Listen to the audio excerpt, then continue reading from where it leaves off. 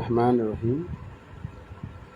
প্রিয় শিক্ষার্থী বন্ধুরা, গতকালকের ধারাবাহিক আলোচনা যে কোণটার মান 180 থেকে বলে, অর্থাৎ যদি আমরা অঙ্কন দিয়ে বুঝি, এটা যদি 90 ডিগ্রি কোণ হয়, এ ও বি যদি 90 ডিগ্রি কোণ হয়, এখানে যদি আমরা একটা সাধারণ বাহু অঙ্কন করি ওডি, অর্থাৎ θ1 আর θ2, এই দুটো কোণের যোগফল যদি 90 ডিগ্রি হয়, তাহলে আমরা একে পুরকোণ বলতে পারি। তবে এখানে একটা বিষয় খেয়াল রাখতে হবে, প্রায় পরীক্ষাগুলোতে আমাদের নৈর্ব্যক্তিক আকারে এমসিকিউ আকারে আসে, মাল্টিপল চয়েস কোশ্চেন। প্রায় বলে যে 20 ডিগ্রির পুরকোণ কত, 20 ডিগ্রির পুরকোণ কত।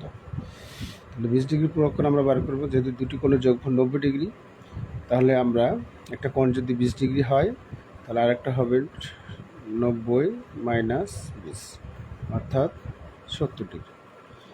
অনুরূপভাবে আমরা অন্যান্য কোণগুলো এভাবে পুরকোণ বের করতে পারব। এরপরে আসি সম্পূরক কোণ।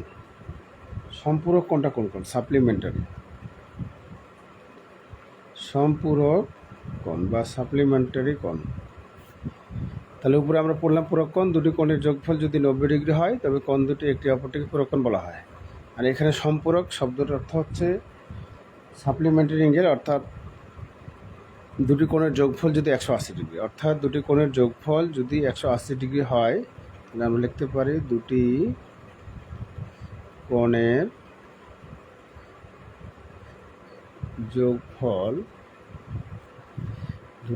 যোগফল যদি 180 ডিগ্রি হয়, তবে একটি অপরটিকে আমরা সম্পূরক কোণ বলব। অর্থাৎ এটাকে আমরা যদি চিত্র আকারে প্রকাশ করি, এটা হচ্ছে θ1, এটা যদি θ2, অর্থাৎ θ1 এবং θ2 যোগফল যদি 180 ডিগ্রি হয়, তাহলে আমরা বলবো এই কোণ দুটি হচ্ছে পরস্পর সম্পূরক কোণ। এই কোণগুলো প্রায় পরীক্ষা এভাবে আসে, খেয়াল রাখতে হবে যে যদি বলে যে 130 ডিগ্রি কোণের সম্পূরক কোণ কত, 130 ডিগ্রি কোণের সম্পূরক কোণ কত ডিগ্রি। অর্থাৎ খেয়াল রাখতে হবে, যেহেতু আমরা জানি সম্পূরক কোণে দুটি কোণের যোগফল হচ্ছে 180 ডিগ্রি, তাহলে 180 মাইনাস 130 ডিগ্রি, তাহলে আমরা পাবো 50 ডিগ্রি। তাহলে 130 ডিগ্রি কোণের সম্পূরক কোণ হচ্ছে 150 ডিগ্রি। 130 ডিগ্রি কোণের সম্পূরক কোণ হচ্ছে 50 ডিগ্রি, অর্থাৎ সম্পূরক কোণ হচ্ছে দুটি কোণের যোগফল, আমরা পাবো 180 ডিগ্রি। আর পূরক কোণ হবে দুটি কোণের যোগফল হচ্ছে 80 ডিগ্রি। এরপর আসি বিপরীত কোণ।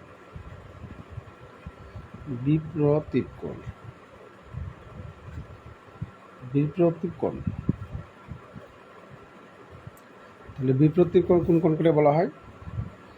বিপরীত কোণ হচ্ছে দুটি সরলরেখা পরস্পরকে ছেদ করলে ছেদ বিন্দুর বিপরীত কোণদ্বয়কে পরস্পর বিপরীত কোণ হয়। অর্থাৎ দুটি সরলরেখা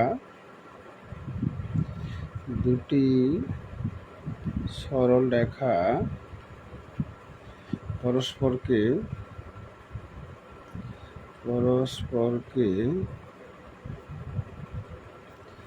ছেদ করলে ছেদ বিন্দুর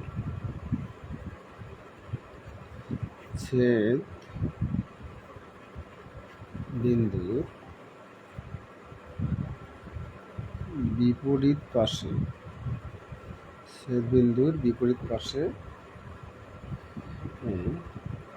কোণদ্বয়কের বিপরীত পাশের কোণদ্বয়কে পরস্পরের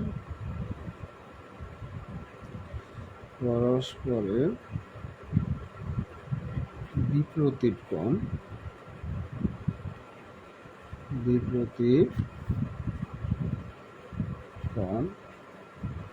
বলে। অর্থাৎ এটা যদি আমরা চিত্র দিয়ে প্রকাশ করতে চাই তাহলে দুটি সরলরেখা ধরে নিলাম, এ বি সি ডি দুটি সরলরেখা পরস্পর যদি ও বিন্দুতে ছেদ করে তাহলে এ কোণ আর এই কোণ এবং